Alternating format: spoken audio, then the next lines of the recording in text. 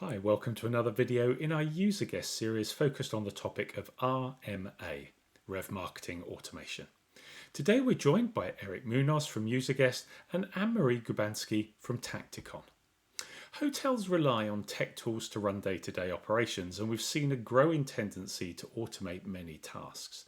Today, we look specifically at how automation around the hotel website can help drive dynamic content and personalized messaging, leading to increased booking conversion and ultimately higher revenues and lower OTA commissions. Really hope you enjoy the conversation, and please feel free to comment below. And you know what to do with those thumbs up and subscribe buttons. We really appreciate the support. Roll the intro.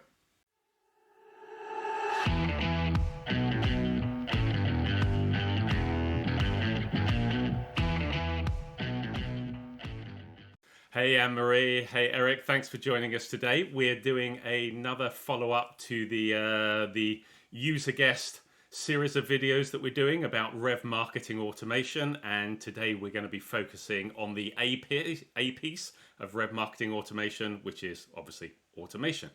But before we get started, probably be useful if I could ask each of you just to introduce yourself very briefly for those who are watching and listening, and then we'll kick into the topic. So Annemarie, if I can pass over to you first, that would be great. Okay, well, my name is Annemarie Gubanski, Dutch, but I live in Stockholm right now. And I am the founder of, I think, many things. One of them is a Revin Forum, which is like seminars, webinars, and events in many cities in Europe. The other thing is the Taktikon, which is a revenue management consultancy company, which does basically anything that has to do with revenue management and distribution. And we are founding also a soft brand called Taktikon Hotels. We do that together with SHR and Windsurfer. Ah, okay, excellent. Yeah. Very good, thank you. And Erik, over to you, please. Yes, good morning. I'm Australian, now living in the UK for almost 10 years. And I'm a hotelier originally, and then a hotel tech specialist for probably more years than I wish to share right now. But my primary hotel tech experience is in revenue management technology, property management systems, online distribution, including booking engines. So it makes the topic of rev marketing automation particularly interesting for me, because we're combining the worlds of hotel PMS, online distribution, digital marketing, and revenue management, which if you're not a hotelier, is super boring at a dinner party. But fortunately today, I'm with peers industry colleagues who share a common interest. Yes, so hopefully not too boring today. Perfect. Well, let's get this going. So as I mentioned, the focus today is on the A in the RevMarketing Automation. So, first question, there are different types and levels of automation, whether we're looking at a PMS, CMS, RMS, CRS, CRM, I mean, it just goes on and on and on. But narrowing it down to our point, what does automation look like for a hotel website specifically? So, the vast majority, not all hotels, but the very, very vast majority of properties will have a website and a booking engine at a minimum, right? Now, whether that booking engine is integrated to the PMS system, that's yes or no, depending. But that's one level of automation between the hotel's PMS system, the booking engine on the website, and let's say many hotels have that degree of automation. So now it's a natural progression that hotels will look at, okay, we have marketing strategy. We have marketing, let's say, assets, like we want to influence the guest to book with us and not necessarily come to our website, see nothing interesting, or everything is static, but they would like a personalized experience. They want actually, what's the deal? What's the benefit? What's in it for me as the potential guest if I book here on your website versus my preferred OTA? So the automation element on the website is really turning your hotel website into personalized dynamic content based on the visitor, because I think we will all agree somebody visiting the website who also lives in the same country will have a different booking window. Let's say the hotel is somewhere in Europe, but now you have somebody from New Zealand also visiting the website. Their booking window, to use an extreme example, is going to be 3-4 months in advance rather than 7 days in advance. So to put it simply, the automation element on the hotel website is applying intelligent and influential content, personalized content based on the booking behavior of the guest. That's right. I think overall, when it comes to tech, yeah, I agree with you, Erik. The hotels, they have like a PMS, a CRS, channel manager, and well, that's it. We would hope that all of these would like work together and talk together, because connectivity for hotels is really, really, really a very big issue. There's a lot of manual labor. So I think really automation should help hotels that are just now trying to give as good a service to their guests, and there's a lot of leisure-driven business at the moment, to give that a very, very, very good experience. And I think also to Erik's point, personalization is the buzzword, I think, and the key word of today. Hotels are struggling with that as well. I mean, they have a bit of an issue in finding the right technology. They know that there are players about, know that they want to have like personalized messages. They should have it. Loyalty programs are being adapted to it. But they find it difficult, I think, sometimes to find the right technology. And when they have it, sometimes it's not really talking together. I think the easiest way for hoteliers to sort of summarize what we're talking about is what would happen in an offline interaction. When the guest calls you and asks about what's available, or I'm calling about a booking, or if they're emailing you, like what would happen? And what would happen is you would find out, are you flexible in your dates? Based on their answer, you'd say, okay, you're flexible sometime in the next 3 weeks. Okay, well, knowing that, we've got a great deal on these dates, which are in that window, and you have this. Now, why would the hotelier be suggesting that? That's when they actually have really plenty of inventory. They have this promotion, but guess what? The promotion is one of 25 different rates in the booking engine, one of 30. I mean, we've all, even on the OTAs, we have like dozens sometimes of different room type rate combinations.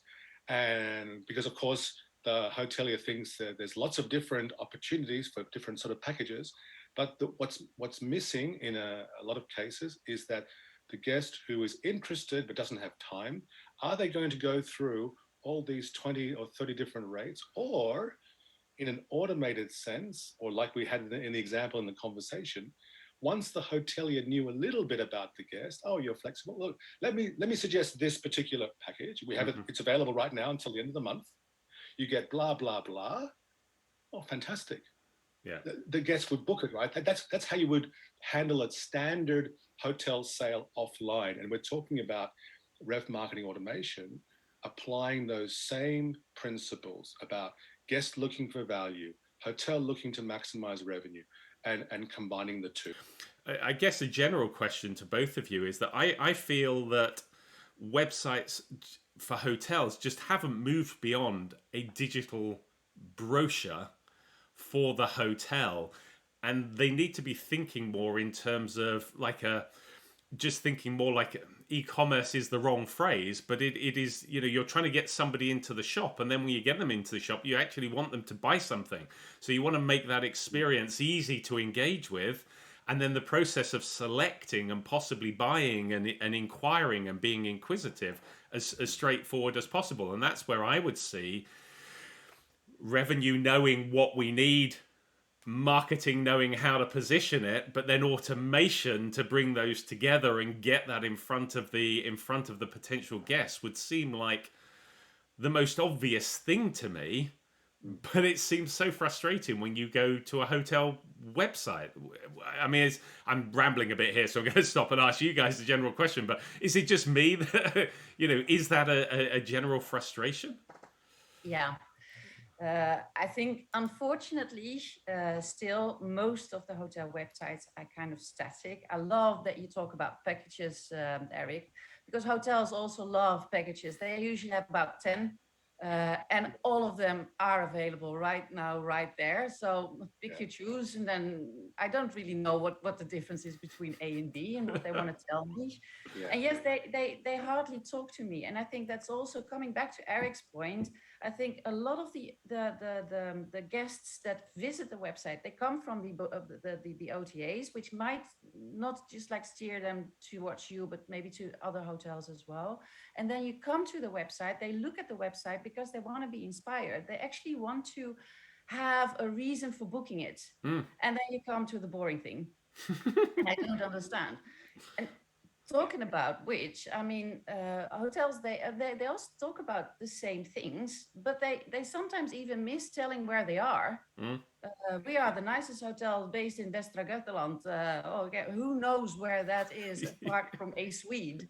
So please talk about what it is you do and what makes you special. And talk to me about my interests, about what I would like to have at your hotel. Totally. Yeah, and that comes to your point when you were talking about a website being a bit more dynamic, didn't it, Erik? Yeah, exactly. Now, I've definitely seen an evolution in hotel websites being a lot more visual, and I encourage and applaud that. I love big, rich imagery, but guests need more than that because, unfortunately, in many cases, the exact same precise images on your website are on every single OTA. I don't know why hotels don't keep the best, highest resolution, most unique aspect and angle for their own website. But anyway, that's neither here nor there. But I think what we're talking about when the guest visits the website is they understand they're there to be persuaded. They're there to be influenced. What's the deal? Okay, something over here says 10% less when you book direct. Okay, that's everybody. Every single person gets that. Yeah. When we're talking about RevMarketing Automation and the personalization element, is the right type of offer, the right type of message or notification based on the booking behavior or the booking, let's say the booking persona of the guest. UK visitor versus New Zealand, the classic example I'm always using, right? The family of 4 versus the solo traveler, or there's so many variables, isn't it? At least 5 different booking personas, but every single person usually sees the same the same content on the website, rather than the hotel automatically, appropriately, intelligently personalizing that experience, because the same thing's happening on every OTA. You can be sure that every OTA, especially the Booking Expedia, who spend literally billions to get traffic from Google and other places onto their website, that's not cheap for them. They've got plenty of money, but they actually have to convert a big amount of that sort of traffic, right? So if we ask the hotelier, in almost every case, the hotelier will say they're not necessarily happy, or it could be better, the website traffic versus the conversion. Like, are you happy? Like, is every single person who visits your website booking? It's probably only 1 in 5. If the situation was different, like everyone who visits a website is there because they're booking and they book, okay, maybe RevMarketing Automation would still be 5 years away. But the fact is, I think every hotelier will agree that the bounce rate, or whatever terminology you'd like to use, people who visit the website and actually book, is unfortunately a really small percentage. And RMA, RevMarketing Automation, can help that. Yeah, no, that makes sense. Sorry, Annemarie, go on. Oh, sorry. I think also it's like it's very important to understand, like in the guest journey, they might visit your website a few times. As you say, they might not always book when they visit, but I also think that it takes them some time, especially the leisure guests.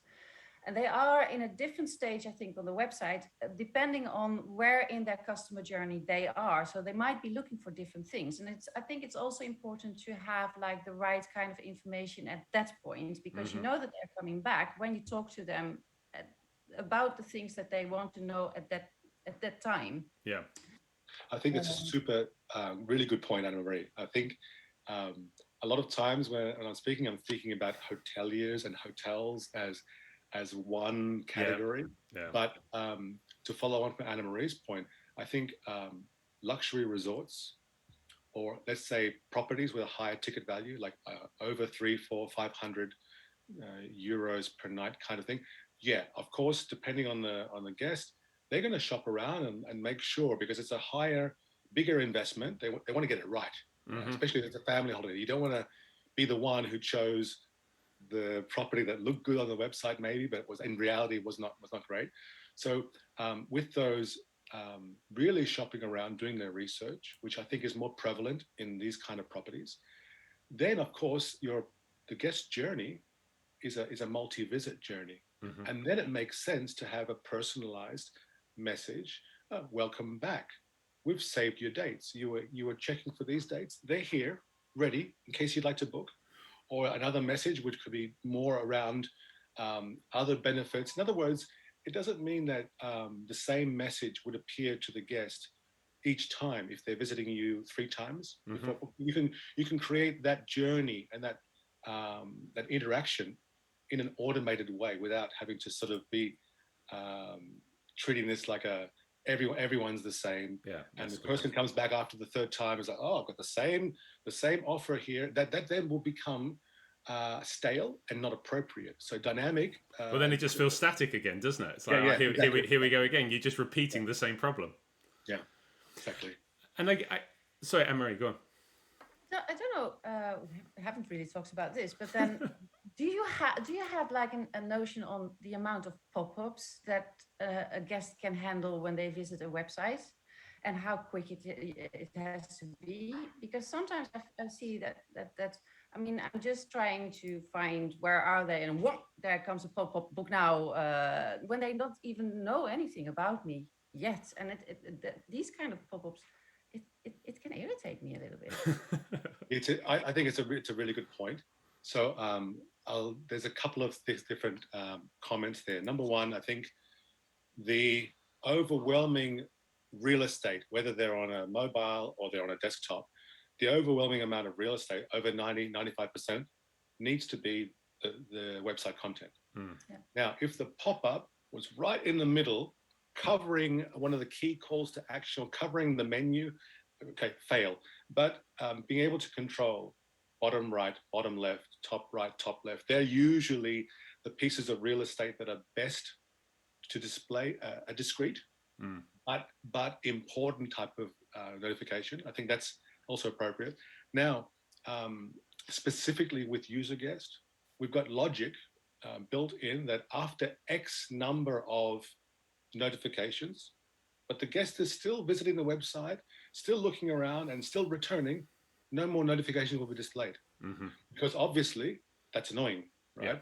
Yeah. If I've seen a notification and I've hit the little X to pop it away, to keep throwing it up there, that's a failure, right? So I think Annemarie's point is right. You need to have appropriate display real estate for these messages. I think there's 2 points to that as well. Listening to both of sitting back and just listening to you two talking through here, is that you've got the irritation of the number of pop-ups that come up, and I agree with you, Annemarie. It drives me bonkers. It's like, I've clicked off. I don't want it anymore. So I think having the logic, as you say, in Userguest, that just says over a certain number of times, don't show anymore, is one element that's great to know you've got that fail-safe or safeguard, so to speak. But I think to your point, Erik, as well, if every time I came back, the messaging was slightly different, then I think I would probably be less irritated, because I feel I'm engaging for a reason and that's being recognized. And I guess that leads, and that is maybe fed. And there was another question I was going to ask you guys, which is there can be time differences between those visits. And obviously the hotel is a living and breathing and dynamic environment itself. So not only are you changing the message, but I guess you can then dynamically adapt and apply whatever your strategy that you are doing behind the scenes in the hotel based on real-time data. If I come back in 2 weeks' time, the messaging could be different, but potentially the offer could be slightly different as well, because what's gone on in the hotel would have changed in the time that I've taken to come back. Is that fair? Yeah, absolutely. I think the real time element, which is probably most appropriate for guests interacting with your website multiple times over a series of dates, is that they know a lot about your hotel, like I mentioned before, but they don't know how many rooms you've already booked. They don't know if you've got 30% on the books or 95%. They don't know, and they don't need to know, but you do. And so having a revenue management strategy, which is based on real-time hotel availability, which says, okay, below 40%, let's say between 1 and 7 days from today, if we're still below 40%, okay, that's what we call a low occupancy period. Equally, defining high occupancy. So anything over 80% today or tomorrow, that's not necessarily high occupancy for many hotels if they're averaging 90 for the month.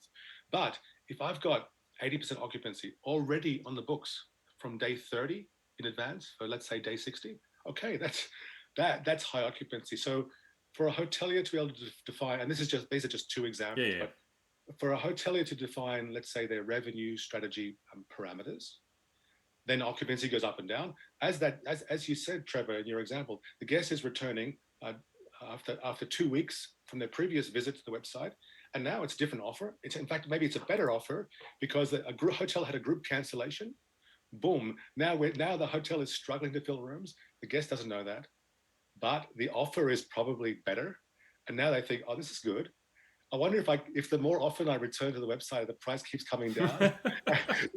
Some people will think that way because they actually think the opposite on OTAs. Every time I go back to Google, now it goes up. Yeah. Anne-Marie, do you just want? I saw you when Erik was talking there. You were nodding along when we were talking about adapting the strategies to suit and the different messaging and the different offering. I mean, that falls very clearly into that area of revenue management. Having this dynamic changing environment that they're responding to and adjusting to, but it isn't necessarily translating outwards towards a potential guest visiting the website. No, I mean, I know that also because, I mean, you're talking about like the forecast. You said also earlier, 90 days we can have an accurate forecast. I think what we always say is the revenue manager that has the most accurate forecast also on long term, they win. Because in that case, I can already, when you have a booking window that exceeds these 90 days, and for a lot of countries, actually they do. I've now been looking at hotels in Bangkok because we want to go there in December. Yeah. And this hotel actually in Bangkok should know what the occupancy forecast is going to be in December. Probably quite low because they still struggle. Yeah. But when we know that, we can have our strategies already in order also on the long term. And I think actually automation helps us there because, it's very difficult for me to forecast the longer lead times, but I can see that systems really, really, really are getting better at that. So the strategy that we have is much more intelligent. I think that's why I nodded so much. Yeah. But yes, it is also it is a fact, and we tend to forget that. I think we know exactly what we want, we know exactly what we need, but the guests don't know that. They have no idea about our forecasting. For that moment. And I think that's the bit from me, from a user, understanding from the hotelier side what tech can do, and then always putting myself in the shoes of a traveler. It's like I know what is going on in the hotel if I look at a site today and then I come back in 2 weeks' time. I know things have changed. I know there will be periods when you want my booking more than another period when I might want it. So to not be able to pull that information and present what you want to achieve to me in an enticing way that might make me choose to stay because I am flexible, just seems crazy to me that we have. And I think that's the bit. I think that's when you were saying, Anne-Marie, when we were talking offline a week or so ago about turning that intelligence into action. How do we take what we know internally and how do we do something to present it externally so that we can achieve what we want at the same time as giving the guests maybe something better than they were originally going to get. I think that's where that automation piece and that's where the rev marketing, the revenue and the knowledge coming through into how we're marketing that externally to the benefit of the guests and using automation to help them to drive the booking. Yeah, talking about this, actually, I mean, it's a logical thing that a hotel should not, a website should not be static, because I mean, you say, yeah, there's a guest, well, but then one guest has many different needs and different reasons to book this specific hotel. And I think, yeah, well, the automation, but I think especially the personalization which automation can give us can help us really drive direct. No, that makes sense. So Erik, you were gonna. I think what we also need to be mindful of, and I'm sure you guys are going to agree with me here, is that we can look at the hotel website and think it needs to be pristine, personalized, dynamic, but not too dynamic, not repetitive, which I fully agree. And the notifications need to be fitting with your brand and appropriate. Okay. However, we should, okay, agreed. What we also need to remember is that for any guest who has traveled by plane to your hotel and have dealt with either Ryanair or EasyJet, and the rest are the same, but those are the two that I'm more familiar with, and have booked their flight and have to say, luggage, no, yes, no, small, medium, large, carry on or not carry on. Do you want a meal? Do you want car insurance? Do you want, if you literally just want to book a flight on Ryanair or EasyJet, which are the two that I'm picking out right now, you've had to go through 8 more steps than you wanted to. And if you're really in a rush because you made it, there's booking at the last possible time, it's stressful. And so I'm talking about a booking experience where there's lots of hoops to jump through. And I get it. The airlines need to maximize ancillary revenues. I get it. It's not a pleasant experience. I don't know whether you guys have shared that. We're talking about notifications in the guest interest. There's actually a benefit to here. There was a benefit there, right? I think there's certainly more that hotels could be doing in terms of improving their booking program. What do you think to Erik's question, Annemarie? Because you're booking holidays as well, as you were saying, aren't you? So I mean, you're going through it both from a business and from a leisure point of view. Yeah, that's right. And I was actually thinking, yeah, I totally agree with the booking the flight being a nuisance. Now, I usually fly KLM because my usual flight is Stockholm, Amsterdam, and back again. Yeah. That goes really quite kind of fast. But yeah, I mean, if a lot of airlines or travel agencies is like, okay, do you want an insurance? Are you sure you don't want an insurance? But you do also have an insurance. Yeah, that is annoying. They'll ask you anything but your shoe size, I think. And I was actually thinking when you were talking, like, okay, what does how do I choose my hotels and my flights? And in flights, I can really be flexible sometimes, and I can react to this kind of, okay, book one day before and you get a cheaper flight. And I usually check if I can and if I can save money there. So I think that actually is a very, very, very smart thing to do, and hotels could do the same. But it's also, I mean, I go through the nuisance of booking an airline and get irritated, but okay, I have to have a ticket. So, okay. And what makes me book a hotel? Well, it usually is, I can usually find them on the OTAs, but then I look at it and look at the individual hotels, and it makes me, as a leisure guest, I spend some time and I look like, okay, what are they saying to me? As a corporate guest, it's like, okay, I have to be at that space. Where's the closest bike? It goes much faster. Yeah. So I'm a different person also, depending on when I book. Or what I book, or what you're booking for. Absolutely. Conscious of your guys' times, so I think we need to kind of start wrapping this up as well, because there has been a lot covered in here. One final question for you both. All these ideas sound great, and setting up and personalizing messaging and having something there, but I've got less staff. We all know about the staffing problem. I've got less time available to me. I guess one of the resistances I would expect is, yeah, but have I got time to do this? Just, setting it up, getting it ready. It's just going to be too onerous. I really haven't got the capacity. How time consuming? Am I wrong? I guess is the simple question. Can these things be done much more simply, or is there a bit of a reasonable time investment needed? Yeah, I think, yeah, go ahead. yeah, Go ahead, no, Annemarie. Yeah. I think when it comes to technology and hotels, and I don't know if you recognize this, Eric, but I hear a lot of times like, okay, I don't have time, exactly to your point, Trevor. But also I don't have the money. So there's like two things that they need to understand in order to invest in good technology. And I always say like, okay, technology, it should either enhance your guest experience, save you time, save you money, and I think, or a combination of these. And if it doesn't do that, then yeah, it's a lousy investment. But there is a very high level of needing to convince them to buy the right technology and to dare to invest. And I think a lot of a good argument for them to hear is, okay, of course the benefits, but also how long does it take me to use this system? And I think that the time element is a very important thing for them to understand before buying them. Eric, that's your point, I think. Yeah, it's such a good point. I've been speaking with friends and colleagues who are also in the hotel tech space, and specifically RMS, and then talking about, it's only 2 or 3 hours of configuration to set it up.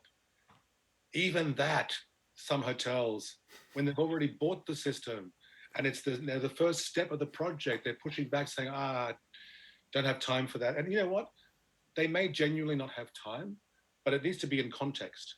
Okay, what are you spending your time on, and what sort of value are you generating from that time? Yeah. Is it keying in reservations from all the different bookings from the OTAs? Okay, well, maybe that's an area you can automate because you add value, you save costs, like Annemarie was just saying just now. And I think that for the setup, for example, for RMA, it's fortunately for the hotelier, it's 5 minutes and 5 minutes in terms of the actual scripts that apply on the website, and then the other moving pieces in terms of what we may or may not want to integrate with in terms of data points.